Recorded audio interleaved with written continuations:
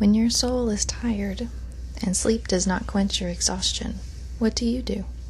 How do you fill your cup?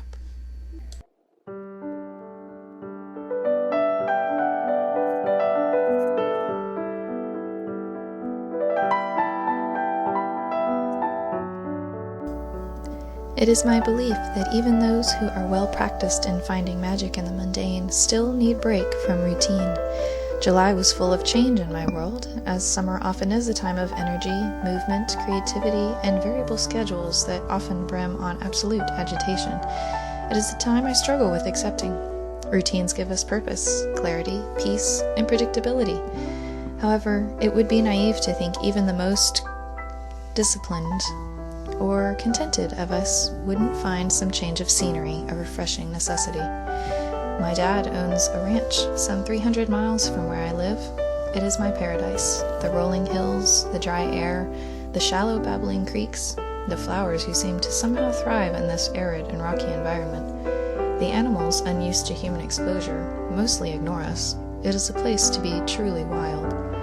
Lacking in the flowery dresses and prim picnic scenes, this is the life of dressed-down cottagecore, nature grunge, old westcore, goblin sanctuary. This is a place of wind-chapped cactus and stone, fleeting deer and unparalleled heat, and of hard labor and poisonous snakes. I love it. This old homestead cottage hides no illusions of romanticism, though it is situated in a most romantic place and greets me as I come home to visit my very own secret garden.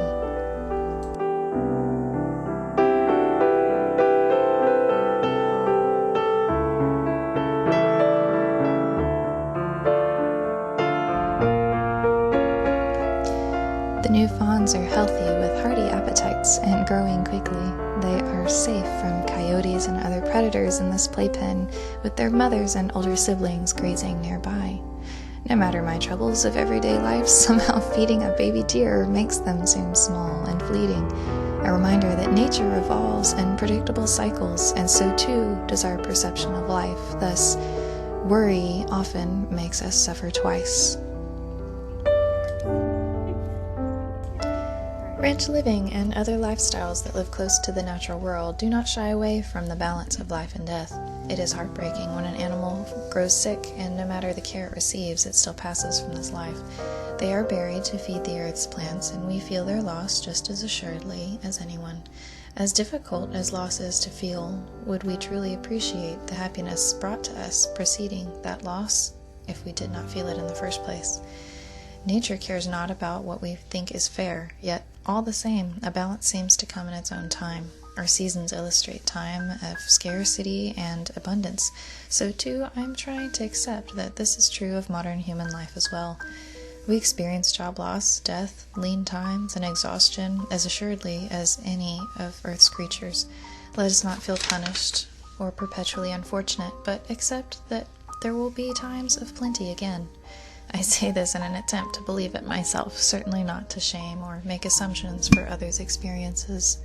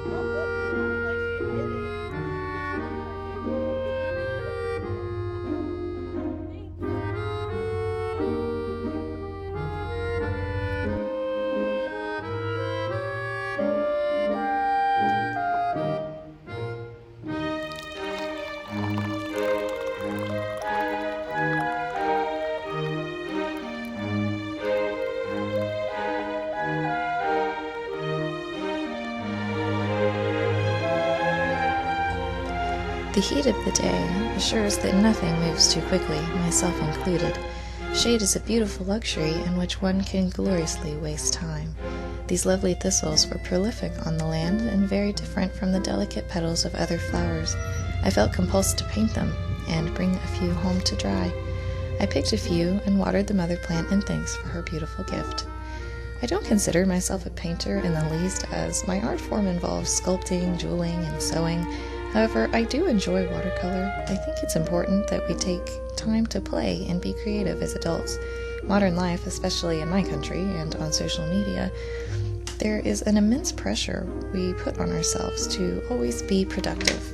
This sometimes taints the enjoyment of trying new creative endeavors, like we have to be a master artist to try something. However, letting those feelings go and just doing the thing can be so rewarding. I implore you to create for the sheer joy. It's a wonderful habit that has enriched my life and brought peace in times of stress.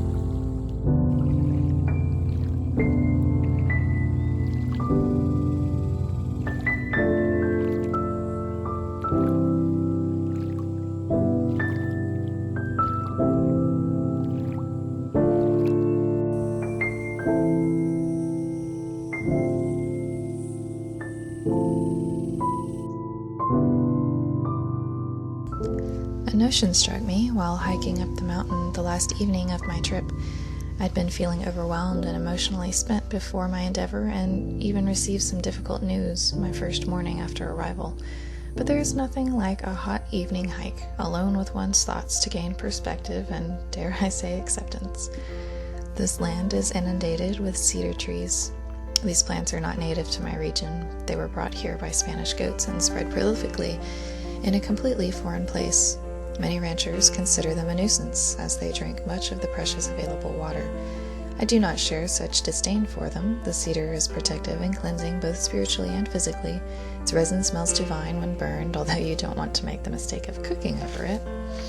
They provide much shelter for wildlife and welcome shade during the heat of the day. They help anchor soil and stone on the hillsides, and its leaves can be made into lovely smoke-cleansing bundles. Many animals enjoy their berries, and their branches burn easily for warmth in the winter. Be like a cedar. The cedar found itself in a new environment and found ways to thrive. It may not be loved by everyone, but it is not malicious. It makes itself known and says, "I'm here to stay, and I will do well." It takes its own space instead of dying out. Adaptable. I admire the cedar's adaptability. Be like a cedar. I had found myself disoriented in life, but cedar taught me to take that space because I might thrive in a new environment so well that one day I'll never know it wasn't always home.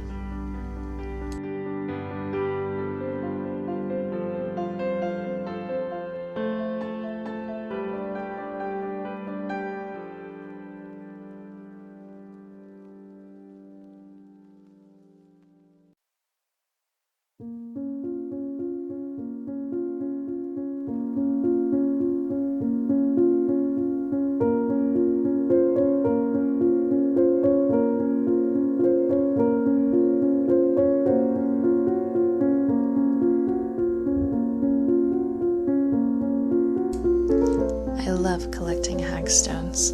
These stones that have natural holes in them created by water over time. They're very protective and considered good luck in a lot of Celtic folklore. I always try to leave a little something if I do take something substantial during my hikes in nature. This was a rejuvenating trip, and I hope you find time to take yourself, fill your cup, and enjoy the rest of summer. All my love.